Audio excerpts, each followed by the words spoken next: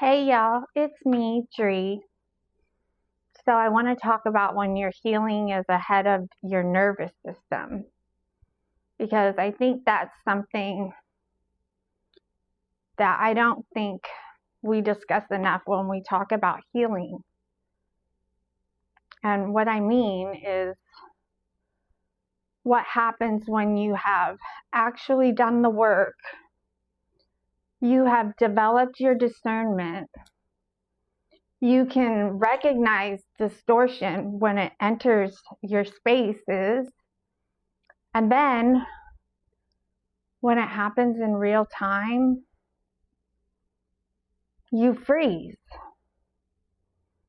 Because I think there is this assumption that once we become more, self-aware, once we heal certain patterns, once we learn how to recognize what is and is not aligned with us, we are automatically going to know exactly what to do next. And I want to talk about this because that has not been my experience. Sometimes y'all can see something with absolute clarity and still have no idea what the appropriate response for it is. And I want to make a very important distinction with this, because not knowing how to respond, that does not necessarily mean that you don't know what you're looking at, because those are two completely different things. You can recognize the pattern. You can recognize the distortion. You can recognize that something happening around you does not feel good. You can even recognize exactly which lesson from your past is being activated in the moment. And with all of that, your nervous system can still go, okay, now what? And sometimes the answer your body gives you in that moment is absolutely nothing. So what happens? You freeze. And I want to talk about that today, because I think people who have done a lot of healing work, they can become incredibly hard on themselves when this happens, because y'all start thinking, I know better than this. Why am I still sitting here? Why haven't I said anything? Why haven't I left? Why can't I make a decision? You'll tell yourself, I thought I already learned this lesson. I thought I was stronger now. I thought I was past this already. And suddenly, instead of only dealing with whatever is happening in front of you at that moment, you are now fighting yourself also. And I think that is where we can accidentally turn a very normal integration point into evidence that we have somehow gone backwards. So the first thing I want to teach today is this: that freeze response. That is not necessarily the failure. Sometimes that freeze response is simply the space between awareness and integration. Your awareness may have developed faster than your practiced response, and those things are not the same. You may have spent years learning how to recognize unhealthy patterns, You may have spent years learning how to trust what your body is telling you.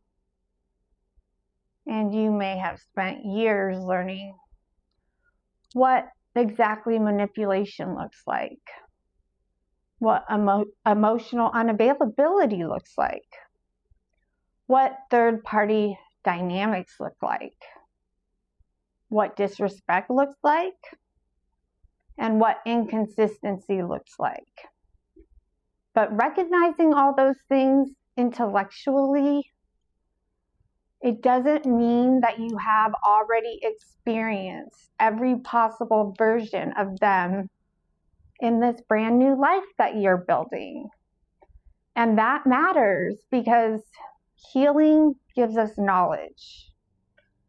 But integration, that requires experience, right? At some point, you actually have to take everything you learned internally and practice being that person out in the real world. And honestly, the world is messy. People are messy. Relationships are messy.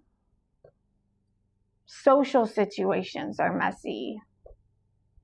And the answers, they're not always as simple as, this is bad, so leave. Sometimes the situation itself creates two competing lessons. And this is where I think freeze can happen very easily, because maybe one lesson you have learned is do not abandon yourself. Stand your ground. You have every right to exist in the room. You do not make yourself smaller because somebody else is uncomfortable. Or you do not have to surrender your position. You do not have to disappear. But on the other hand, maybe another lesson is that you have learned along your way is stop staying in environments that dysregulate you. Stop forcing yourself to tolerate things that hurt. Walk away from distortion. Choose peace. Protect your energy. And suddenly, both these lessons seem applicable. So which one is healing? Do I stay?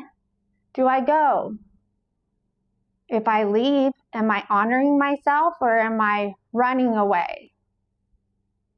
If I stay, am I standing in my power or am I forcing myself to endure something I don't actually want? And I'm going to say, when you have never had to make that specific decision before, your nervous system, it may not have a file for it. And that does not mean you lost your growth. It just means you have reached a new edge of your growth. You're in new territory. And I think that's an incredibly important reframe for what is happening, because there is a difference between repeating an old pattern unconsciously and encountering a new version of an old lesson consciously. Those are not the same experience, are they? In one, you don't see what's happening. And in the other, you see everything. And sometimes seeing everything is exactly why you freeze in the first place. Because now you understand the weight of the decision. You understand that your response matters. You understand that you do not want to abandon yourself. You understand that you do not want to overreact. You understand that you do not want to react from old trauma. You understand that you do not want to ignore your intuition. And you are trying to process all of that information at the exact same time in a moment where you think you need to act. And that is a whole lot. So I invite you, instead of asking yourself, why can't I move? I think there is a better question. What information is my nervous system trying to process right now? Because freeze, that is still a response. Your body is doing something. It is not doing nothing. It may be trying to slow everything down because it does not yet know which direction creates your safety. And that leads into the second thing that I want to teach you about. You have to separate recognition from response. Because the recognition is, I see what is happening. The response is, what am I going to do about it? Those are separate decisions. And I think sometimes we pressure ourselves to make them all at the same time. We think that if we truly trust our discernment, then we should immediately know what action to take. But that, I have found, is not always true. You can know something is not aligned, and you can still need time to decide how you want to respond to it. You can know that somebody crossed a boundary and still need a minute before you decide whether the appropriate response is a conversation, taking distance, or completely removing yourself. You can know that an environment no longer feels good and still need to determine whether you are comfortable because you are growing or uncomfortable because you genuinely do not belong there anymore. And you are allowed to know what you see without immediately knowing the final answer, because that is not weakness. That is your discernment becoming more precise. And this is where I think we need to stop demanding permanent decisions from ourselves while we are actively dysregulated. Because when your nervous system is in fight, flight, freeze, or fawn mode, that may not be the moment to decide the entire future of the situation, right? You may only need to decide what happens next. Not forever, just what happens next. That's what do I need for the next 5 minutes? What do I need for the next hour? Do I need to step outside right now? Do I need to stop engaging right now? Do I need to change seats, or do I need to go home? Or maybe, do I need to sleep before I decide anything? Do I need space from this person? Do I need to stop talking long enough to hear myself think? Because a lot of stuff is going on in your head in that moment, and a temporary decision, that can be enough. And I think that is something a lot of us miss. We believe that leaving for the night means that we surrendered completely. We believe taking space means that we lost. We believe not confronting something immediately means we failed to stand up for ourselves. But sometimes the most self-honoring thing you can do is refuse to make a permanent decision from an activated body. You can leave a room without giving up your right to the room. You can take space without surrendering your position. You can also decide not to engage right now without deciding never to engage again. You can say, I do not know what I want to do about this permanently, but I do know what I need right now. And there is a tremendous amount of power in doing that, because now you are no longer trying to prove your healing. You are practicing it. And that leads me to the third piece. Stop asking what the strongest version of you would do in that moment.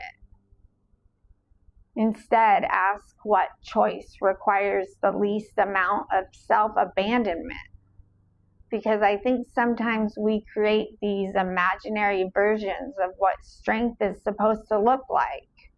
We tell ourselves strength stays, it confronts, it walks away. Strength says something. Strength does not care. Strength never gets rattled. Strength maintains their composure. And I don't think any of these things are universally true here. Sometimes staying is strength, right? Sometimes leaving is strength. Sometimes speaking up is strength too. And sometimes refusing to explain yourself is strength. So the action itself does not tell you whether you are empowered. The place the action came from tells you that. If you stay because you genuinely want to stay and you feel connected to yourself, well, then that is very different from staying because you are terrified someone will think they ran you off. And if you leave because you know the environment is no longer worth the emotional cost, well, that is very different from leaving because you believe you have no right to occupy the space. So in those cases, it's the same action, but it's a different internal position. And that is why the question cannot simply be, do I stay or do I go? The better question is, which choice allows me to remain most connected to myself? Because that is the work.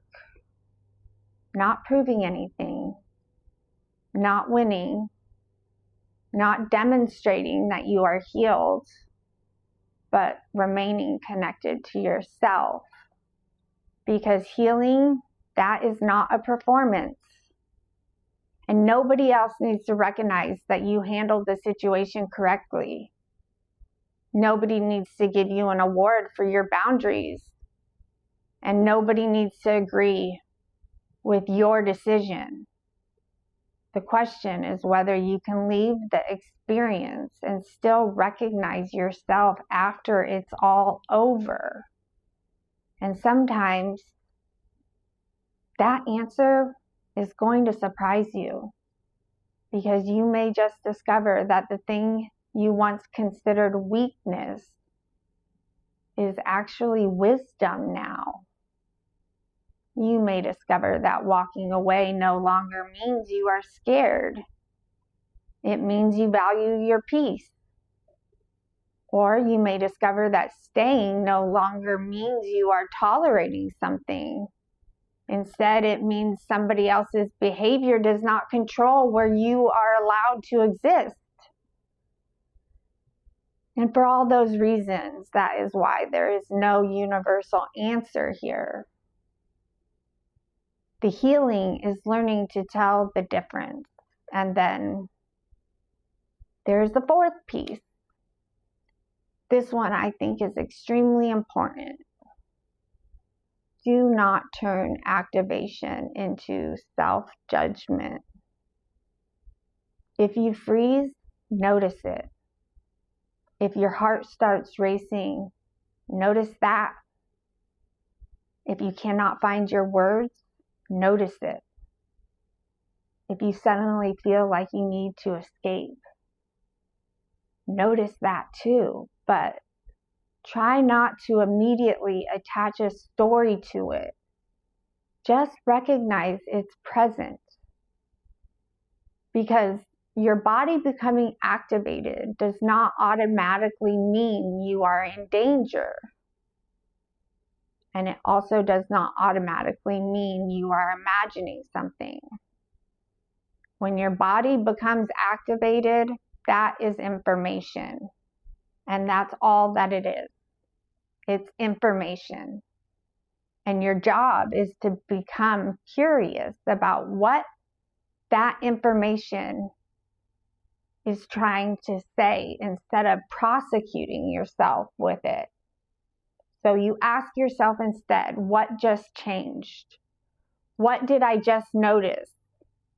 What interaction just shifted the energy for me?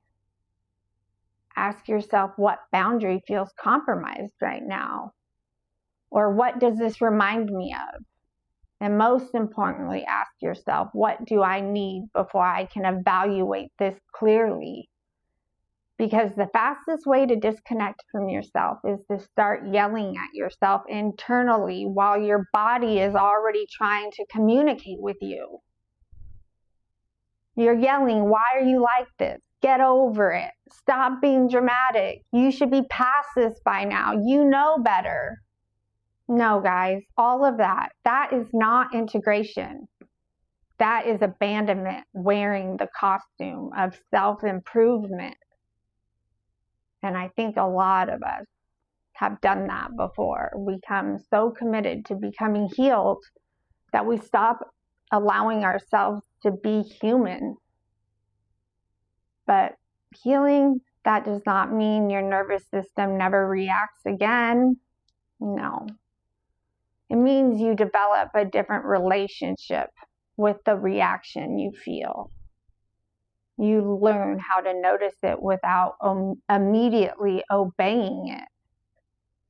You learn how to respect it without automatically making it the final authority. You learn how to regulate enough to come back into choice. And choice, that's the important word here, because when you are frozen, you do not feel like you have choices. When you are frozen, everything becomes narrowed. Stay, leave, fight, disappear, say something, say nothing. But once you regulate, more options usually come back online. And that is why regulation needs to happen before interpretation, whenever it's possible. When you feel a charge in your body, get back to yourself. Then decide what the experience means. And the final last thing that I wanted to teach you is, this is probably the part that matters the most. Once you are regulated, do not rewrite what you saw simply because you feel better now. Because this is where you can go backwards in your healing. Not because you froze. Not because you needed space. Not because you got activated, but because once the activation passes, you start negotiating with your clarity. You tell yourself, maybe I overreacted. Maybe it wasn't really that bad. Maybe I misunderstood something, or maybe I should just let it go. And sometimes, yes, additional information absolutely can change our interpretation. So we should remain open to that when it comes in. But there is a difference between receiving new information and talking yourself out of old information because accepting it is uncomfortable for you. You are allowed to reconsider your response without convincing yourself you did not see what you saw. I want to say that again, you guys. You can reconsider your response without reconsidering the reality. Maybe after you calm down, you decide you do want to have that conversation. Or maybe you decide you do want to return to that space. Maybe you decide you do not want to give somebody another opportunity. Or maybe you decide the boundary needs to change. And all of those things are fine. But those decisions should definitely be coming from the full picture and not from erasing the part of the picture you wish had not happened, because that is how we integrate clarity. We let our nervous system settle, and then we bring the information with us. We do not leave the information behind just so we can restore the fantasy. And this is ultimately why I do not believe freezing means you have gone backwards. Sometimes freezing is what happens when the person you have become encounters a situation she has never had to navigate before. She has the knowledge. She has the awareness. She has the discernment. But now she just needs practice. Now she needs the lived experience. And now she needs to learn what her boundaries look like when they are no longer theoretical. And that is completely different. That is a completely different stage of healing, because you are not learning the lesson anymore. Now you are learning how to live it. And there's going to be a learning curve to that. There are going to be moments when you handle something beautifully, and there will be moments when you leave and later realize you could have stayed longer. There will be moments when you stay and later realize you should have left sooner. And those experiences, those do not erase the work. They give you information. And what you do is you take the information, you integrate it, and then the next time when you find yourself in a situation, you have another reference point to refer to. And that is exactly how your new self becomes embodied. Not by getting every decision right the first time, but by staying connected to yourself through the decisions. So, if you find yourself in one of these moments where clarity has landed, you know exactly what you are looking at, but your body is frozen and you do not know what you should do next, I want you to remember this lesson. You do not have to solve the whole situation right now. You do not have to prove that you healed to anybody. And you do not have to choose between abandoning the space and abandoning yourself. Just start smaller. Ask yourself, what do I know? What is my body telling me? What do I need right now? What choice creates the least amount of self-abandonment? And what decision can wait until I'm regulated enough to actually make it? Then, when you do come back to yourself, honor the information you have. Do not shame yourself for freezing. Do not rewrite the experience. Do not force yourself into an answer because you think a healed person should already have one. Because sometimes your healing is simply ahead of your nervous system. Your mind has learned the lesson. Your discernment recognizes the pattern. And now your body is learning how to live inside the person you have become. And that whole process is integration. So maybe the measure of healing was never whether you would become activated again. Maybe the measure is what you do when activation happens. Do you abandon yourself? Do you shame yourself? Do you override yourself? Do you talk yourself out of what you know? Or do you give yourself enough space to properly regulate come back into your body, look at this situation clearly, and then choose again. Because that is what progress looks like. Not perfection, but choice. And every time you choose while remaining connected to yourself, well, you teach your nervous system something new.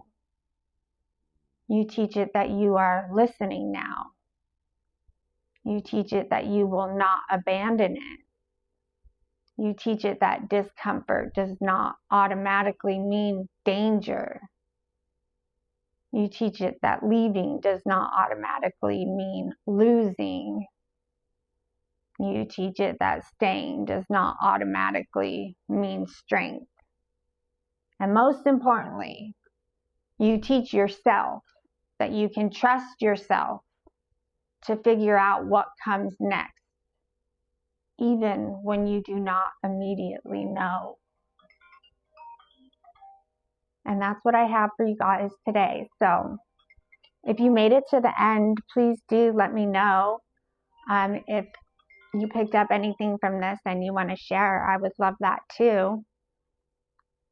Please like my message and make sure you're subscribed to my channel for more learning and integration as we move along. And remember, where there's love, there's light. I'll see y'all again real soon.